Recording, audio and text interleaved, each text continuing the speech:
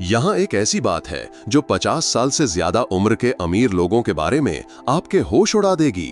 वो अब उस पुरानी फाइनेंशियल किताब के हिसाब से नहीं चल रहे हैं जिसने उन्हें पहली बार अमीर बनाया था, बल्कि वो ठीक उसका उल्टा कर रहे हैं जो हर फाइनेंशियल गुरु आपको करने को कहता है। मैंने अपनी जिंदगी का 1 दशक से ज्यादा समय 50 पार कर चुके करोड़पति लोगों पर रिसर्च करने में बिताया है, और जो मैंने पाया उसने 50 के बाद पैसे को लेकर मेरी सारी सोच को चकनाचूर कर दिया। जिन आदतों ने उनकी दौलत बनाई थी वो अब चुपचाप उन्हें छोड़ रहे हैं। वो जानते हैं कि जिस पारंपरिक ज्ञान ने उन्हें यहाँ तक पहुँचाया वो उन्हें आगे नहीं ले जा सकता। अगर आप 40 से ऊपर हैं और अभी भी अपने 30 वाले मनी रूल से ही खेल रहे हैं तो आप समझिए कि स्मार्टफोन के जमाने में फ्लिप फोन इस्तेमाल कर रहे हैं। जो मैं बताने वाला हूं वो आपका टिपिकल ज्यादा बचाओ कम खर्च करो वाला घिसा पिटा ज्ञान नहीं है। ये उन मनोवैज्ञानिक बदलावों और रणनीतिक परिवर्तनों के बारे में है जो 50 के बाद सच में आर्थिक रूप से फलने फूलने वालों को उन लोगों से अलग करते हैं जो बस किसी तरह गुजारा कर रहे हैं। ये 7 आदतें आपको अटपटी, यहां तक कि विवादास्पद भी लग सकती हैं, लेकिन उल्टी लगने वाली समझदारी के बारे में एक बात सच है, ये तब तक ही पागलपन लगती है जब तक आप इसके पीछे का तर्क नहीं समझ जाते, और यकीन मानिए इसके पीछे बहुत गहरा तर्क है। पहली आदत, वो काल्पनिक इमरजेंसी के लिए कैश का ढेर लगाना छोड़ देते हैं। हमारे देश की फाइनेंशियल एडवाइस इंडस्ट्री ने सबको यकीन दिला दिया है कि आपके पास 12 से 24 महीने के खर्च के बराबर पैसा कैश में या सेविंग्स अकाउंट में पड़ा होना चाहिए, बस किसी इमरजेंसी के लिए।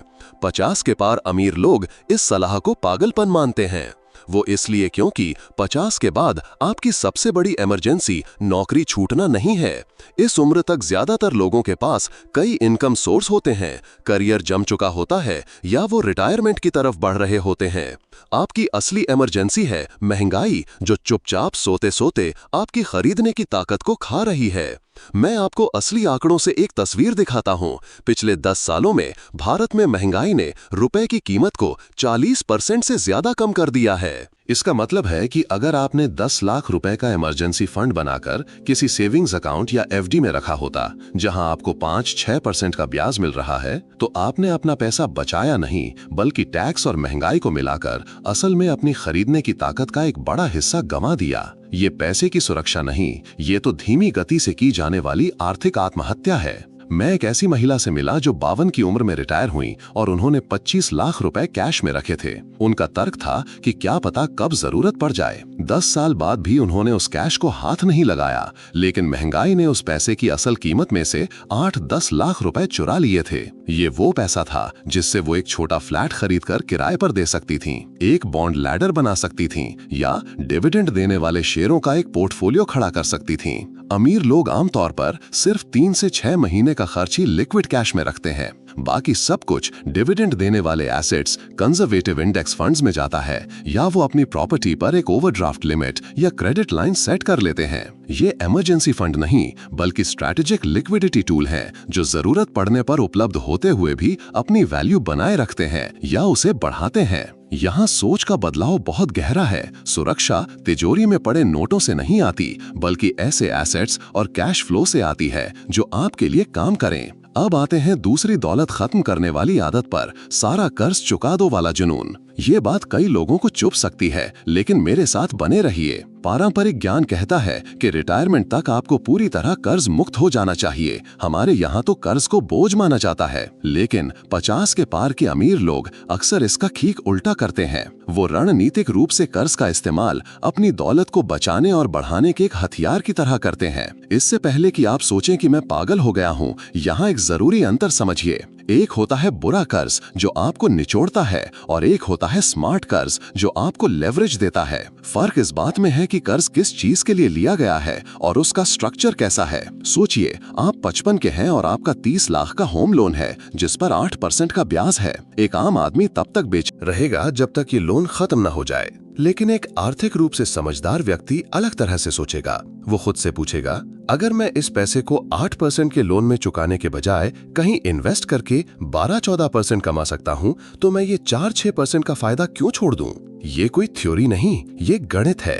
अमीर लोग अपनी लिक्विडिटी और लॉन्ग टर्म रिटर्न को इमोशनल आराम से ज्यादा प्राथमिकता देते हैं। वो एक और बात समझते हैं जो ज्यादातर लोग चूक जाते हैं। महंगाई के माहौल में आपका फिक्स्ड रेट वाला कर्ज समय के साथ सस्ता होता जाता है, जबकि आपके एसेट्स जैसे कि प्रॉपर्टी या शेयर महंगे होते जाते हैं। आप असल में कल के महंगे रुपए उधार ले रहे हैं और उन्हें आने वाले कल के सस्ते रुपयों से चुका रहे हैं। लेकिन एक बात साफ समझ लीजिए, वो कंज्यूमर डेट से ऐसे दूर भागते हैं जैसे वो कोई रेडियो एक्टिव चीज हो। कोई कार लोन नहीं, कोई क्रेडिट कार्ड बैलेंस नहीं, कोई फर्नीचर या छुट्टियों के लिए फाइनेंस नहीं। वो सिर्फ ऐसे कर्ज का इस्तेमाल करते हैं जो किसी एसेट से जुड़ा हो या टैक्स में छूट दिलाए और आपकी पूंजी को बचाए रखे। मेरे एक क्लाइंट थे जिनके होम लोन पर 15 लाख बाकी थे और उनके पास 20 लाख कैश था। सबने कहा घर का लोन चुका दो। इसके बजाय उन्होंने उस कैश को एक अच्छी क्वालिटी के डिविडेंड फंड में लगा दिया, जिससे सालाना 6-7% डिविडेंड और ग्रोथ मिल रही थी।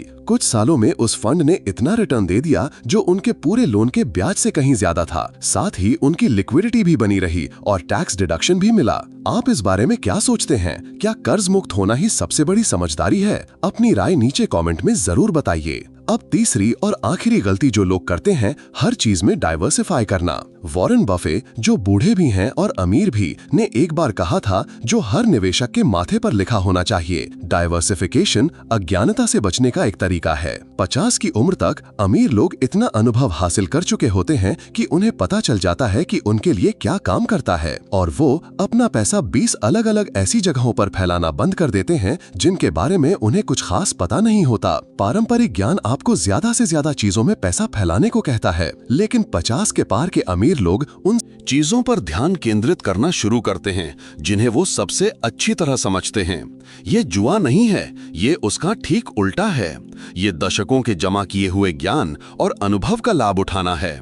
रिसर्च बताती है कि अमीर निवेशक 50 के बाद बड़े पैमाने पर डाइवर्सिफिकेशन से हटकर ज्यादा फोकस्ड और सोचे समझे निवेश की ओर बढ़ते हैं। वो अक्सर रियल एस्टेट, प्राइवेट बिजनेस या उन सेक्टरों को पसंद करते हैं जिन्हें वो बहुत गहराई से समझते हैं। मैं एक रिटायर्ड कॉन्ट्रैक्टर से मिला जिन्होंने कुछ ऐसा किया जिससे ज्यादातर फाइनेंशियल एडवाइजर डर जाएंगे, सलाहकारों के तो होश ही उड़ जाएंगे। उन्होंने अपना सारा म्यूचुअल फंड पोर्टफोलियो बेच दिया और उस शहर में 4 2 BHK फ्लैट्स खरीद लिए जहां उन्होंने 30 साल तक घर बनाए थे। उनका तर्क सीधा और शानदार था। मुझे इस इलाके में प्रॉपर्टी की कीमत, किराए का बाजार और कंस्ट्रक्शन की लागत की समझ है। मुझे ये नहीं पता कि अमेरिका के टेक स्टॉक्स या क्रिप्टो का भविष्य क्या है। आज वो आराम से हर महीने किराया वसूलते हैं, टैक्स में भारी छूट का फायदा उठाते हैं और बच्चे की तरह सोते हैं क्योंकि उन्हें बाजार के उतार चढ़ाव की कोई चिंता नहीं है। उन्होंने उलझन के बदले स्पष्टता और चिंता के बदले समझ को चुना। अमीर लोग समझते हैं कि असली डाइवर्सिफिकेशन का मतलब 20 अलग अलग फंड्स रखना नहीं है जो किसी कंप्यूटर ने चुन लिए हों। इसका मतलब है आय के कई ऐसे स्रोत बनाना जिन्हें आप सच में समझते हैं, जैसे किराए से आमदनी, उन कंपनियों से डिविडेंड जिन पर आपने रिसर्च की है, या अपनी विशेषज्ञता से मिलने वाली कंसल्टिंग फीस। उन्होंने सीखा है कि गरीब मानसिकता कहती है कि अपने सारे अंडे एक टोकरी में मत रखो, जबकि 50 के बाद अमीर मानसिकता कहती है कि अपने अंडे कुछ बेहतरीन टोकरियों में रखो और उन टोकरियों पर बाज की तरह नजर रखो। क्या आपको ये बातें मददगार लग रही हैं?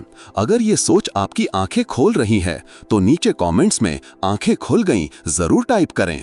मुझे ये सुनकर बहुत अच्छा लगता है जब ये कॉन्सेप्ट्स लोगों को समझ आते हैं, और ऐसी ही गहरी बातें हम प्रो बफेट HQ पर करते रहते हैं ताकि आपकी फाइनेंशियल सोच बदल सके। अब बात करते हैं एक ऐसे खतरनाक पैटर्न की जो शायद अभी आपके पोर्टफोलियो में बैठा है, और ये है चौथी गलती, किसी दिन के लिए आज का बलिदान करना। दशकों से हमें यही सिखाया गया है, अभी बचाओ बाद में मजे करना, अपनी इच्छाओं को रोको, अपनी चादर से कम पैर पसारो। लेकिन 50 के पार के अमीर लोग इस पूरी सोच पर ही सवाल उठाने लगते हैं, और इसके पीछे ठोस कारण है। एक स्टडी में ये चौंकाने वाली बात सामने आई कि 70% रिटायर लोग इस बात पर पछताते हैं कि उन्होंने अपनी जवानी में घूमने फिरने, सेहत और अपनों के साथ समय बिताने पर ज्यादा खर्च क्यों नहीं किया। उन्हें इस बात का अफसोस नहीं था कि उन्होंने ज्यादा खर्च कर दिया, बल्कि इस बात का था कि जब समय था तब बहुत कम खर्च किया। अमीर लोग समझते हैं कि 50 के बाद में का समय अभी है, वो जानते हैं कि उम्र के साथ पैसे का सुख घटता जाता है, जबकि स्वास्थ्य, घूमने फिरने की क्षमता और रिश्ते ऐसी अनमोल संपत्ति बन जाते हैं जिन्हें खरीदा या बदला नहीं जा सकता। इसका मतलब ये नहीं कि वो अपनी वित्तीय जिम्मेदारियों को छोड़ देते हैं, बल्कि 65 या 70 तक सिर्फ पैसा जमा करने के बजाय वो लाइफस्टाइल ROI की तरफ मुड़ जाते हैं, यानी अनुभवों, परिवार के साथ समय और अपनी जीती जागती विरासत बनाने में रणनीतिक निवेश करते हैं। मेरे एक क्लाइंट ने पूरी जिंदगी छुट्टियां टाल दी, ये सोचकर कि 66 में रिटायर होने के बाद अपने सपनों की 4 धाम यात्रा पर जाएंगे, लेकिन जब रिटायरमेंट आया तो कमर की चोट ने उस यात्रा को असंभव बना दिया। उन्होंने मुझसे एक ऐसी बात कही जो आज भी मेरे दिल में चुभती है। मैंने यात्रा के लिए पैसे तो बचा लिए, लेकिन उस शरीर के लिए योजना नहीं बनाई जिसे मुझे यात्रा पर ले जाना था। अमीर लोग 50 के बाद सोच समझकर खर्च करते हैं। वो शायद इकोनॉमी क्लास में सफर करें, लेकिन पूरे परिवार को एक साथ लाने के लिए एक शानदार आयोजन पर दिल खोलकर खर्च करेंगे। वो अपनी 10 साल पुरानी गाड़ी रखेंगे, लेकिन अपने पोते पोतियों के साथ अविस्मरणीय अनुभव बनाने के लिए लाखों खर्च कर देंगे। वो चीजों के बदले समय को चुनते हैं और जानते हैं कि समय ही वो एकमात्र संपत्ति है जो कभी बढ़ती नहीं, सिर्फ घटती है। 5वीं दौलत को खत्म करने वाली आदत है ऊंचे रिटर्न का पीछा करना। जब आप 30 के होते हैं तो 15-20% रिटर्न के पीछे भागना समझ में आता है। आपके पास नुकसान से उभरने का समय होता है, लेकिन 50 के बाद समीकरण पूरी तरह बदल जाता है। गरीब मानसिकता 50 की उम्र में कहती है, मुझे पिछड़ा हुआ कवर करना है, इसलिए मुझे बड़े रिटर्न चाहिए, जबकि अमीर मानसिकता कहती है, मुझे ऐसे रिटर्न चाहिए जिन पर मैं भरोसा कर सकूं, ना कि ऐसे जो गायब हो सकते हैं। उन्होंने सीक्वेंस ऑफ रिटर्न्स रिस्क के बारे में सीखा है, जिसका मतलब है कि ये मायने नहीं रखता कि आपने कितना कमाया, बल्कि ये मायने रखता है कि आपने कब कमाया। रिटायरमेंट की शुरुआत में ही अगर बाजार क्रैश हो जाए और आप अपने पोर्टफोलियो से पैसा निकाल रहे हों, तो ये आपकी आर्थिक सुरक्षा को स्थायी रूप से तबाह कर सकता है, भले ही बाद में ठीक क्यों न हो जाए। इसीलिए इस उम्र में समझदार निवेशक चमक दमक वाले स्टॉक्स या क्रिप्टो के पीछे नहीं भागते, बल्कि वो ब्लू चिप कंपनियों के डिविडेंड देने वाले शेयर, सरकारी bonds, senior citizen saving scheme SCS और रीट्स जैसे विकल्पों को पसंद करते हैं। वो चाहते हैं कि उनका पैसा उबाऊ और समय पर आए, न कि रोमांचक और अप्रत्याशित हो। आपका क्या अनुभव रहा है? क्या आपने भी कभी ज्यादा रिटर्न के चक्कर में नुकसान उठाया है? अपना अनुभव कमेंट्स में जरूर साझा करें, शायद आपकी कहानी किसी और को गलती करने से बचा ले। अब बात करते हैं छठी गलती की, विरासत के लिए सब कुछ बचाना। पारंपरिक सोच कहती है कि आपका काम ज्यादा से ज्यादा पैसा जमा करना है, ताकि आपके जाने के बाद बच्चों को एक बड़ी रकम मिले। अमीर लोग अब इस सोच को खारिज कर रहे हैं और जीते जी विरासत बनाने की सोच अपना रहे हैं। वो एक सरल सवाल पूछते हैं, मेरे पैसे का क्या फायदा अगर मैं उसका अच्छा असर देखने के लिए जिंदा ही ना रहूं? स्टडीज बताती हैं कि भारत में औसतन लोगों को विरासत 60 की उम्र के आसपास मिलती है, जब तक वो अपनी जिंदगी की सबसे बड़ी आर्थिक चुनौतियों से गुजर चुके होते हैं। पहला घर खरीदना, बच्चों की पढ़ाई, करियर बनाना। जब तक विरासत मिलती है, तब तक किसी की जिंदगी की दिशा बदलना अक्सर बहुत मुश्किल हो जाता है। इसीलिए अमीर परिवार जीते जी रणनीतिक रूप से देना शुरू कर देते हैं। वो अपने बच्चों को 32 की उम्र में घर के डाउन पेमेंट में मदद करते हैं, 62 में नहीं। वो अपने पोते पोतियों की पढ़ाई का खर्च तब उठाते हैं जब वो पढ़ रहे होते हैं, न कि दशकों बाद किसी ट्रस्ट फंड के रूप में। वो अपने बूढ़े माता पिता के इलाज का खर्च तब उठाते हैं जब उन्हें जरूरत होती है। 7वीं और आखिरी आदत, उन लोगों से वित्तीय सलाह लेना जो खुद आर्थिक रूप से सफल नहीं है। ये बात कड़वी लग सकती है, लेकिन 50 के बाद ये बहुत जरूरी है। इस उम्र में गलत सलाह सिर्फ गलत नहीं होती, वो इतनी महंगी पड़ती है कि आप उससे उभर नहीं सकते। अमीर लोग इस मामले में बहुत सख्त हो जाते हैं कि वो किसकी सलाह को गंभीरता से लेते हैं। वो उन दोस्तों या रिश्तेदारों की सुनना बंद कर देते हैं जिन्होंने खुद कभी दौलत नहीं बनाई। 30 साल पुराने नियमों की बात करने वाले लोगों से दूर रहते हैं और कमीशन के लिए काम करने वाले सलाहकारों से बचते हैं। इसके बजाय वो ऐसे मेंटर्स, कोच और सेबी रजिस्टर्ड फी ओनली सलाहकारों को ढूंढते हैं जो उस रास्ते पर चल चुके हैं जिस पर वो चलना चाहते हैं। एक 60 साल के डॉक्टर ने मुझे बताया कि उन्होंने अपने साले साहब से निवेश की सलाह लेना बंद कर दिया, जो हमेशा जोखिम भरे स्टॉक बताते थे जबकि वो खुद कर्ज में डूबे थे। डॉक्टर ने कहा, मुझे एहसास हुआ कि मैं अपने करोड़ों के फैसले उस इंसान से पूछ रहा था जिसकी खुद की आर्थिक स्थिति ठीक नहीं थी। इन 7 आदतों में एक बात समान है, ये रक्षात्मक खेल खेलने के बजाय स्मार्ट तरीके से आक्रामक खेलने का बदलाव है। 50 के बाद के अमीर लोग समझते हैं कि जब आपके पास समय कम होता है तो नियम बदल जाते हैं। जो आपको यहां तक लाया है वो आपको आगे नहीं ले जाएगा।